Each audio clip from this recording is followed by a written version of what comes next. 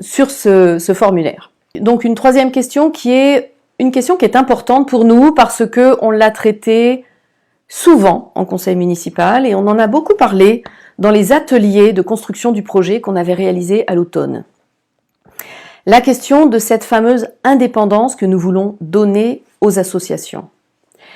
Effectivement, on est dans une ville où, pour les gens de l'extérieur, c'est assez surprenant, les associations, qui ont bien sûr un statut associatif comme partout, avec un bureau, un conseil d'administration, une assemblée générale, élisent leurs responsables, les présidents, secrétaires, trésoriers, membres du conseil d'administration, chaque année en AG, bien sûr, c'est la loi.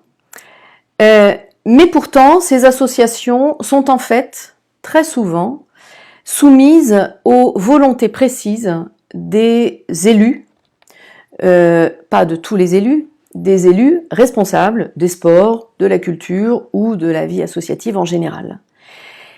En effet, à Bondoufle, les associations ne sont pas indépendantes puisqu'elles sont présidées ou bien elles ont dans leur bureau des élus et pas n'importe quel élu, en général des adjoints ou des conseillers municipaux délégués.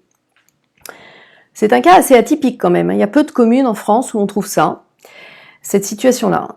Le problème, c'est que du coup, on est dans un espèce d'entre-deux, entre une gestion par la commune, ça serait à ce moment-là un service municipal, ou une gestion associative, et là, il faut l'indépendance des associations, et nous, on navigue entre les deux.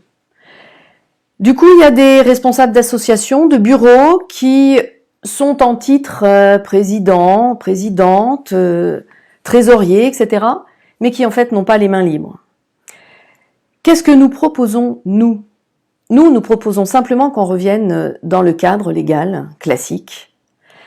C'est quoi le cadre légal classique? C'est qu'une grosse association, quand elle est fortement subventionnée par une ville, je pense évidemment à notre BAC, tout notre gros club omnisport, je pense évidemment à la maison pour tous, je pense évidemment au club senior ou des choses comme ça, ou l'association du personnel d'ailleurs. Dès qu'une association est une grosse association avec un gros budget et une grosse subvention, que prévoient les textes?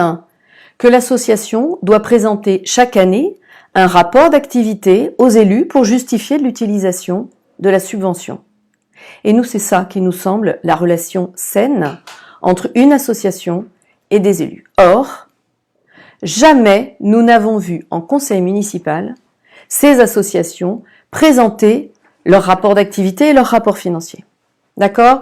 Donc c'est cette question-là qui nous semble problématique. Nous voulons assainir la situation et laisser ensuite les bureaux des associations prendre leurs décisions. C'est le principe même d'une association.